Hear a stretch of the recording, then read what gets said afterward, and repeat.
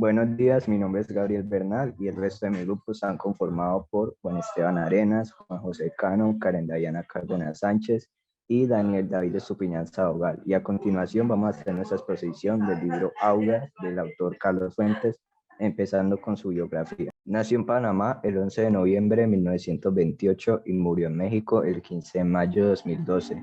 Fue un narrador y ensayista mexicano y también uno de los escritores más importantes de la historia literaria de su país y figura fundamental del llamado boom de la novela hispanoamericana de los años 60.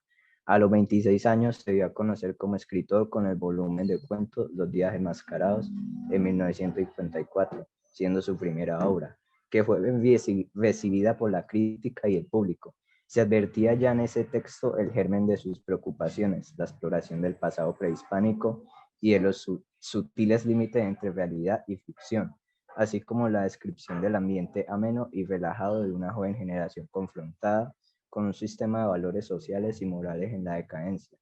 Algo a destacar de Fuentes es que sus obras siempre cuentan con tres elementos recurrentes: la reflexión de la historia, el estudio del poder y el análisis de la problemática social mexicana. En lo temático, la narrativa de Carlos Fuentes es fundamentalmente una indagación sobre la historia y la identidad mexicana. Su examen del México reciente se centra en las ruinosas consecuencias sociales y morales de la traicionada revolución de 1910, con especial énfasis en la crítica a la burguesía. Su búsqueda de lo mexicano se sumergió en el inconsciente personal y colectivo, que lo llevaría retrocediendo aún más en la historia al intrincado mundo del mestizaje cultural iniciado con la conquista española. Sus más grandes éxitos fueron Aura en 1962, La silla del águila en 2003, La muerte de Artemio Cruz en 1962, La región más transparente en 1958 y Gringo Viejo en 1985. Resumen de Aura. Aura es una obra literaria que cuenta la historia de Felipe Montero, un joven que un día sentado en un cafetín viejo se encuentra con un anuncio de trabajo en donde necesitan a un joven historiador que sea ordenado, escrupuloso y que haya vivido en Francia durante un tiempo. Al principio a Felipe Montero le pareció bastante extraño porque lo estaba escribiendo perfectamente a él, pero no le dio mucha importancia, sino hasta el día siguiente en donde seguía ese anuncio, pero con un precio más elevado. Así que decidió dirigirse a la calle Donceles en el centro de México a buscar la casa 815. Allí se encontró con un jardín lleno de plantas adormecedoras, entró dentro de la casa y escuchó la voz de la señora de la casa que lo guió hasta donde ella se encontraba. Esa señora era la señora Consuelo, la cual le había pedido los servicios a Felipe para poder completar los folios de su difunto esposo, el general Llorente. Para esto, la señora Consuelo le solicitó que se quedara en esa casa. Al principio se negó, pero tras conocer a su sobrina Aura, decidió quedarse cegado por su gran belleza. Durante los 3 días que Felipe Montero duró en esa casa completando los folios, se fue enamorando de Aura y fue descubriendo la verdadera naturaleza de la señora Consuelo. Descubrió de que ella era una bruja y que manipulaba a Aura a su antojo, de que Aura era una versión de ella cuando era joven, de que Felipe se parecía bastante físicamente al general Llorente, y de que todo esto era orquestado por la señora Consuelo con el propósito de concebir un hijo. Caracterización de los personajes. Entre los personajes principales de la obra podemos encontrar a Aura, Consuelo y Felipe Montero, y entre los personajes secundarios al general Llorente y al criado. Comencemos primero con Aura.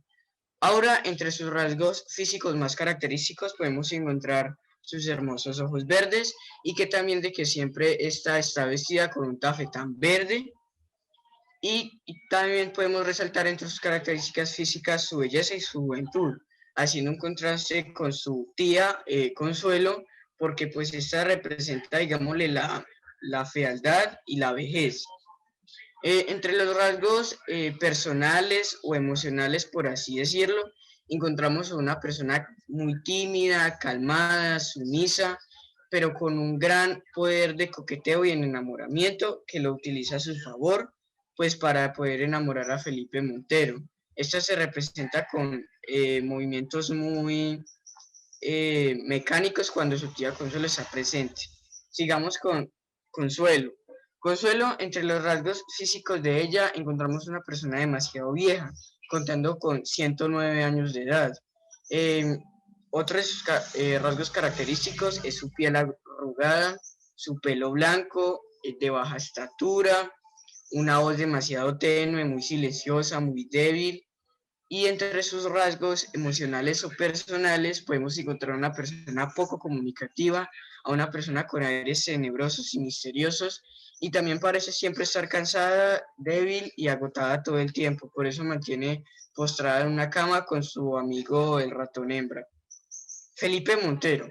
Felipe Montero es un historiador apasionado que quiere y desea elaborar un libro donde agrupe todas las conquistas españolas en América.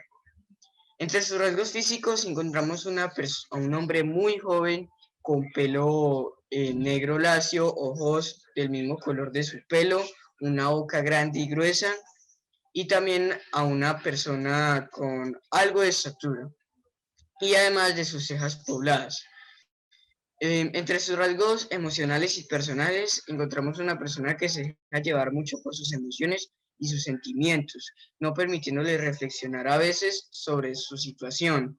Pero también encontramos una persona que tiene mucho control sobre sus sentimientos y emociones, y también es muy consciente de todas las acciones que él hace, pudiendo tomar control de la situación y de estos. Los personajes secundarios. Entre los personajes secundarios encontramos al general Llorente. El general Llorente como tal solo nos lo mencionan en la obra, pero sí tiene algunos rasgos físicos. Este hombre es un caballero y tiene muchos parecidos a Felipe Montero. Tiene una gran similitud a este personaje, sin contar con su cuidada y gran barba.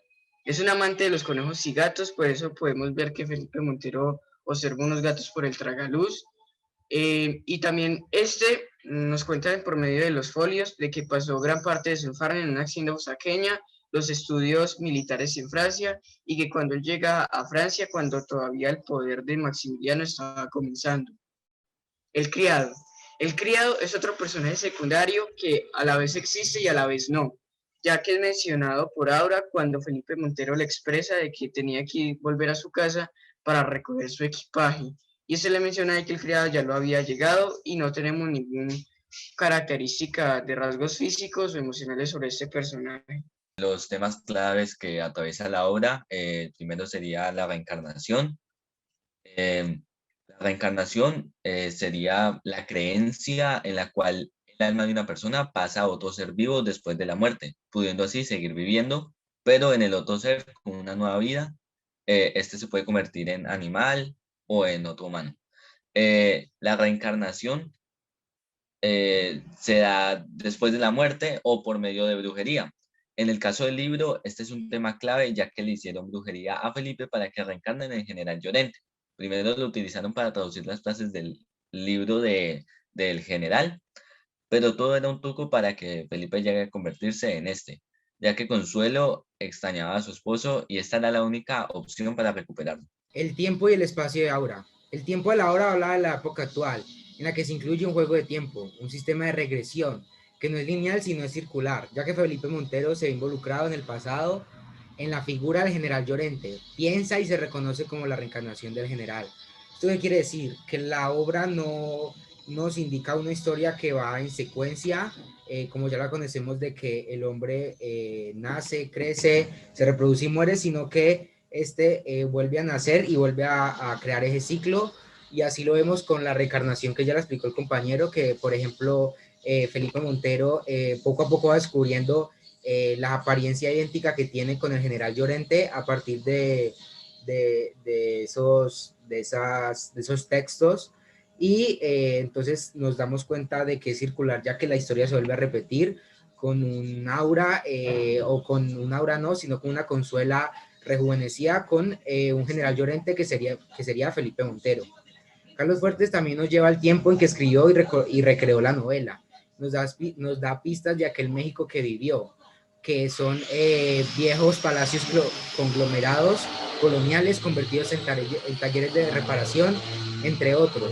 Y nos indica de más o menos el tiempo en donde se ha transcurrido la obra, que también nos lo podemos dar cuenta con la edad de doña Consuelo, que es de 109 años. También tenemos el espacio. Tiene un espacio urbano. Al principio el personaje principal se mueve entre cafés, transporte públicos y avenidas congestionadas, típico del México de esa época. Y en el espacio de la casa es una casa típica, pero que permanece a oscuras, donde la iluminación no depende del juego, como si el tiempo estuviese detenido en ese ciclo. La casa no es como más oscura de lo habitual y es más diferente a las demás.